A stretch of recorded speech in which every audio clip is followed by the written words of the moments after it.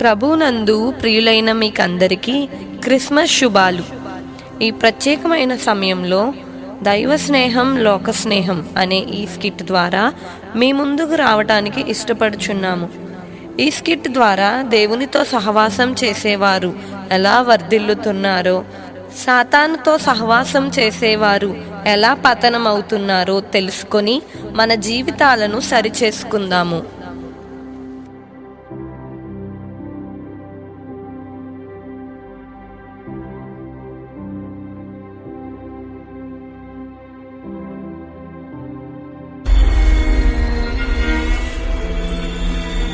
అందరూ బాగున్నారా? ఏంటి అందరూ ప్రార్థనకు వచ్చేసారా? మీలో చాలా మంది నా ఫాలోవర్సే.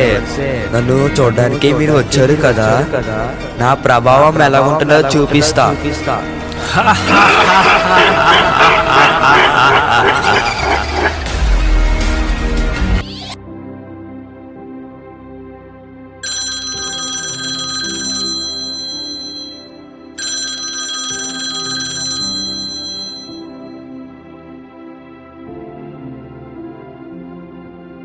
మా సండే స్కూల్ టీచర్ రోజు లేవగానే ప్రేయర్ చేసుకోవాలి, బైబిల్ చదువుకోవాలని చెప్పారు.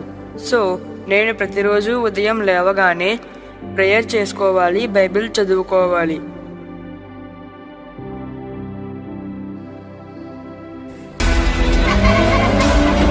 ఏంట్రా జోసఫ్, ప్రార్థన చేస్తున్నావా? లేగు లేగు, స్కూల్ టైం అయిపోతుంది, ఆటో కూడా వచ్చేస్తుంది, ఇంకా హోంవర్క్ కంప్లీట్ చేయలేదు. లేగు జోసఫ్ లేగు. అమ్మో, టైం అయిపోతుంది, ఇంకా హోంవర్క్ కూడా చేయలేదు. ప్రేయర్ లాస్ట్ లో చూసుకుందాంలే.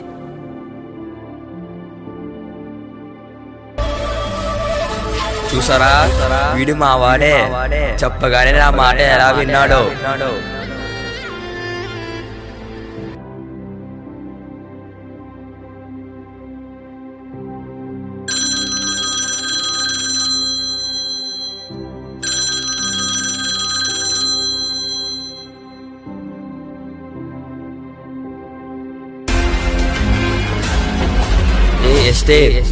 ప్రార్థన చెయ్యకు, నీకు చాలా వర్క్స్ ఉన్నాయి కదా, వెళ్ళు, స్కూల్కి టైం అయిపోతుంది.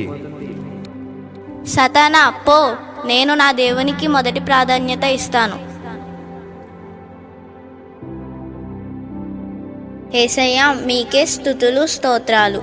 నా కొరకు ప్రాణం పెట్టిన దేవా, రాత్రంతా కాపాడారు, వందనాలు. నా తల్లిదండ్రులకు నాకు తోడై ఉండండి. మీ కృపను ఈ రోజుకి అనుగ్రహించండి. నాకు మంచి బుద్ధిని జ్ఞానాన్ని ఇవ్వండి. ఆమెన్.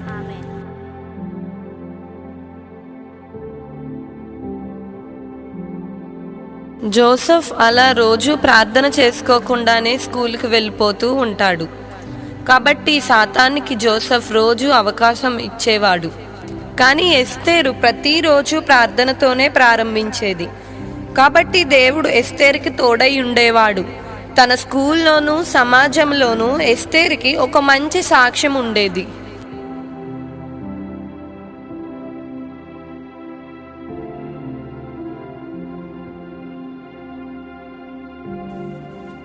హాయ్ శామ్, ఎలా ఉన్నావురా?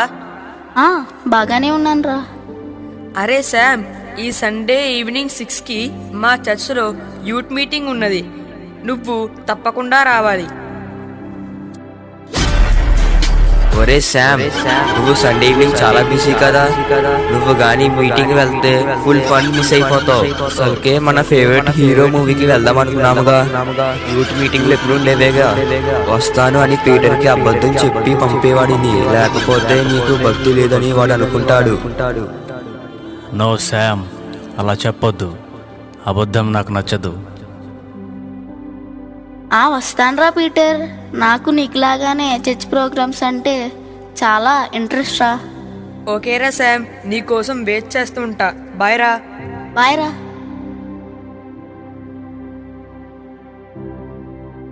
నాన్న, శ్యామ్ నీ ఫ్రెండ్ పీటర్ ఫోన్ చేశాడు. యూత్ మీటింగ్ అని చెప్పాడంట కదా నీకు. నాకు అంత టైం లేదమ్మా, అయినా మార్నింగ్ నీ గోల భరించలేక చర్చికి వచ్చాను కదా, అది సరిపోదా? నేను ఖాళీ ఏం కాదమ్మా, అయినా ఇప్పుడు నా ఫ్రెండ్స్తో ఎంజాయ్ చేసే వయసు నాది. నాన్న శామ్, ఫ్రెండ్స్ కాదురా, దేవుడు ముఖ్యం మనకి. ఆయనే మనల్ని కాపాడేది, పోషించేది, పరలోకానికి చేర్చేది. అమ్మ ఏంటమ్మా ఎప్పుడు నన్ను తినేస్తావు తెచ్చు దేవుడు అని? తినేయడం కాదు శామ్, ఈ యవ్వన వయసు చాలా ముఖ్యమైనది. నువ్వు బాగుపడాలన్నా నాశనం అవ్వాలన్నా ఈ ఏజ్లోనే డిసైడ్ అవుతుంది. ఈ విలువైన ప్రాయంలో దేవునికి నీ జీవితాన్ని అప్పగించుకుంటే ఆయనే నిన్ను నడిపిస్తాడు. అమ్మా నాకు టైం అయిపోతుంది, నేను వెళ్తున్నాను. డాడీ పాకెట్లో 2000 రూపీస్ తీసుకున్నాను. ఆయన అడిగితే ఏదో ఒకటి చెప్పి కవర్ చేసే నువ్వే. నో శామ్, అలా డాడీని అడగకుండా తీయకూడదు. దొంగతనం నాకు అసహ్యం. యేసయ్యా, నా బిడ్డని నువ్వే పట్టుకో, వాడిని క్షమించు తండ్రి.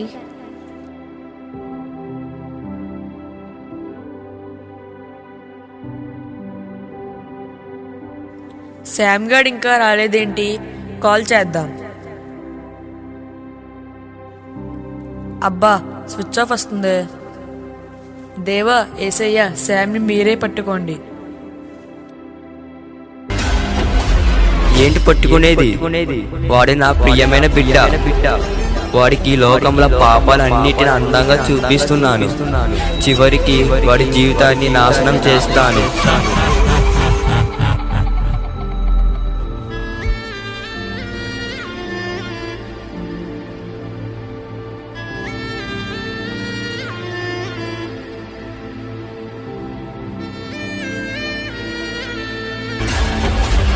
చూసారా నేనేంటో?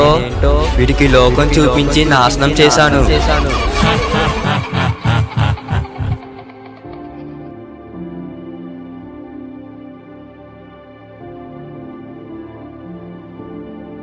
ఒరే శామ్, ఏమైపోయావురా? యూత్ మీటింగ్ రాలేదే? శామ్, డ్రింక్ చేసావా? ఏంట్రా ఇలా అయిపోయావు? చర్చిలో పాటలు పాడేవాడివి, చక్కగా పరిచయం చేసేవాడివి, ఇలా అయిపోయావేంట్రా? చాలా బాధగా ఉందిరా శామ్. నాకే ఇలా ఉందంటే మీ తల్లిదండ్రులకు ఇంకెంత బాధగా ఉంటుందో. ఇలాంటి పనులు దేవుడికి అస్సలు నచ్చవు. నీ పాపాలను దేవుని దగ్గర ఒప్పుకో, ఆయనే నిన్ను క్షమించి నిన్ను బాగు చేస్తాడు. రా, కలిసి ప్రార్థన చేద్దాం. నో, వద్దు శామ్, ప్రార్థన చేయకు. నువ్వు నా ప్రియమైన బిడ్డవి. నో శామ్, ప్రార్థన చేయకు. వద్దురా, వద్దు, వద్దురా, ప్రార్థన చెయ్యకు. ఒరే శామ్, ప్రార్థన చెయ్యకు, నా మాట విను. వద్దు, వద్దు, వద్దు. పీటర్ దేవునితో సహవాసం చేస్తూ లోకాశలను జయించేవాడు. శామ్ నామకార్థ క్రైస్తవునిగా జీవిస్తూ లోకాన్ని స్నేహించి వ్యసనాలకు బానిసై చివరికి తన ఆరోగ్యం పోగొట్టుకున్నాడు.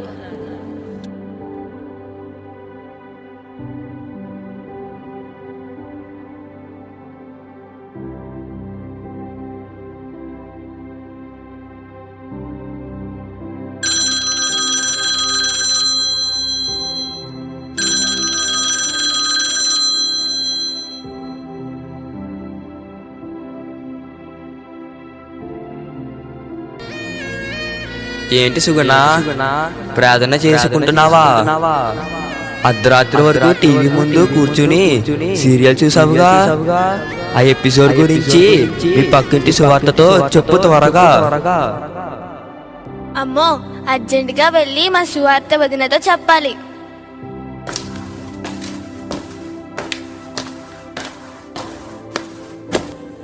వదినా, వదినా. సుగుణ, వందనాలు. వందనాలు వదినా.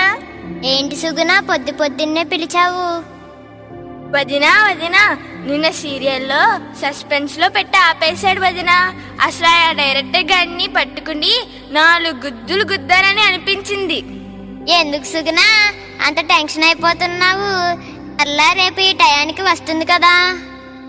అప్పటిదాకా ఈ టెన్షన్ ని నేను ఎలా భరించాలి వదినా? ఏముంది, ఈ లోపు చూడడానికి చాలా ఉన్నాయి కదా. టీవీ చూడడానికి, టైం వేస్ట్ చేయడానికి చాలా ప్రోగ్రాంలు ఉన్నాయి కదా. అవి సరిపోతే ఈ ప్రపంచమంతా నీ చేతుల్లోనే ఉంది కదా. ఇంకెందుకు టెన్షన్? ప్రపంచమా? నా చేతిలోనే. అదేనే చల్పోను. Wow, super. నువ్వు నా ప్రియమైన బిడ్డవి. చెప్పు, ఇంకా చెప్పు. ఇలాంటి టిప్స్ ఇచ్చి బాగా మోటివేట్ చెయ్యి. చూసారా నా బిడ్డలు ఎలా పని చేస్తున్నారో? టీవీలు, ఫోన్లు చూసి మీ విలువైన సమయాన్ని పాడు చేసే నా బిడ్డలు మీలో కూడా ఉన్నారు. సెల్ ఫోనా? దీంట్లో అంత సీన్ ఉందా వదినా? అవునే సుగుణ, దీనిలో యూట్యూబ్, ఫేస్బుక్ ఇంకా ఎన్నో ఉంటాయి. ఏమో వదినా, ఇవేమీ నాకు తెలియదు. దీనితో కొత్త ఫ్రెండ్షిప్లు, కొత్త వంటలు ఇంకా షాపింగ్లు కూడా చేయొచ్చు. ఏంటి వదినా, షాపింగే? అవునే, నీకు నచ్చినవన్నీ కొనుక్కోవచ్చు. చాలు సువార్త వదినా, ఇంక ఇన్ఫర్మేషన్ చాలు. రేపటి నుంచి ఒక కొత్త స్టైల్లో సుగుణ ఉంటది.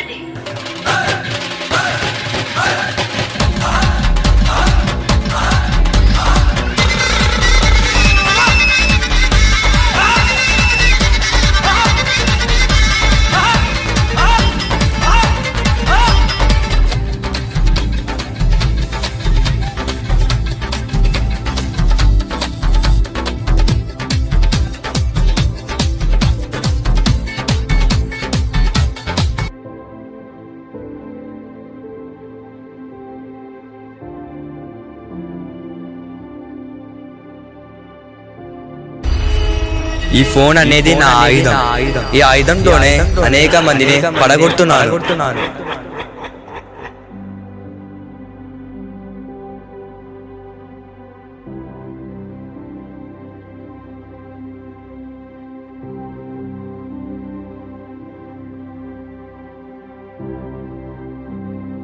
ఏంటి సుగుణ, సువార్త పొద్దున్నే మాటలు మొదలు పెట్టారు? అబ్బే లేదు మేరీ అక్క, మేము ఏమీ సోది మాటలు చెప్పుకోవడం లేదు. ఈ ఆదివారం ఏం పాటలు పాడాలో డిస్కస్ చేసుకుంటున్నాం. ఎందుకు మీరు నాకు అబద్ధాలు చెప్పాలనుకుంటున్నారు? మిమ్మల్ని చాలా రోజుల నుంచి గమనిస్తున్నాను. మీ మాటలు, మీ ప్రవర్తన అంతా లోకానుసారంగా ఉన్నాయి. కాదు మేరీ అక్క, నేను సీరియల్స్ కోసం మాట్లాడుకుంటున్నాం అంతే. వద్దు సుగుణ, మనం క్రైస్తవులం. మనం లోక ఆనందాలను, లోక సంతోషాలను అనుసరించకూడదు. వాటన్నిటినీ పెంటగా ఎంచుకోలేకపోతే మనం దేవునికి నచ్చము. ఏంటి మేరీ అక్క, మేము దేవునికి నచ్చమా? అవును సుగుణ, బైబిల్లోని మత్తయి 7వ అధ్యాయం 21లో ప్రభువా ప్రభువా అని పిలుచు ప్రతివాడు పరలోక రాజ్యంలో ప్రవేశించడు గాని తండ్రి చిత్త ప్రకారము చేయువాడు ప్రవేశించును అని వాక్యం ఉంది. దాని అర్థం దేవునికి ఇష్టమైన రీతిలో బ్రతికితేనే మనం పరలోక రాజ్యంలో ప్రవేశించగలము. విడిచిపెట్టవలసినవి విడిచిపెట్టక లోకానుసారంగా జీవిస్తే దేవుని రాజ్యంలో చేరలేము. అమ్మారా వెళ్దాము. Praise Lord aunty. మేరీ అక్క, ఏంటి మీ అబ్బాయి శామేనా?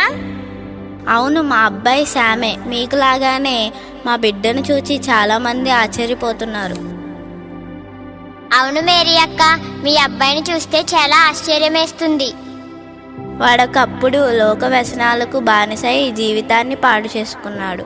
ఆరోగ్యమంతా పోయింది. డాక్టర్స్ కూడా ఎంతకాలం బ్రతుకుతాడో చెప్పలేమన్నారు. కానీ దేవుడు వాడిని పట్టుకున్నాడు.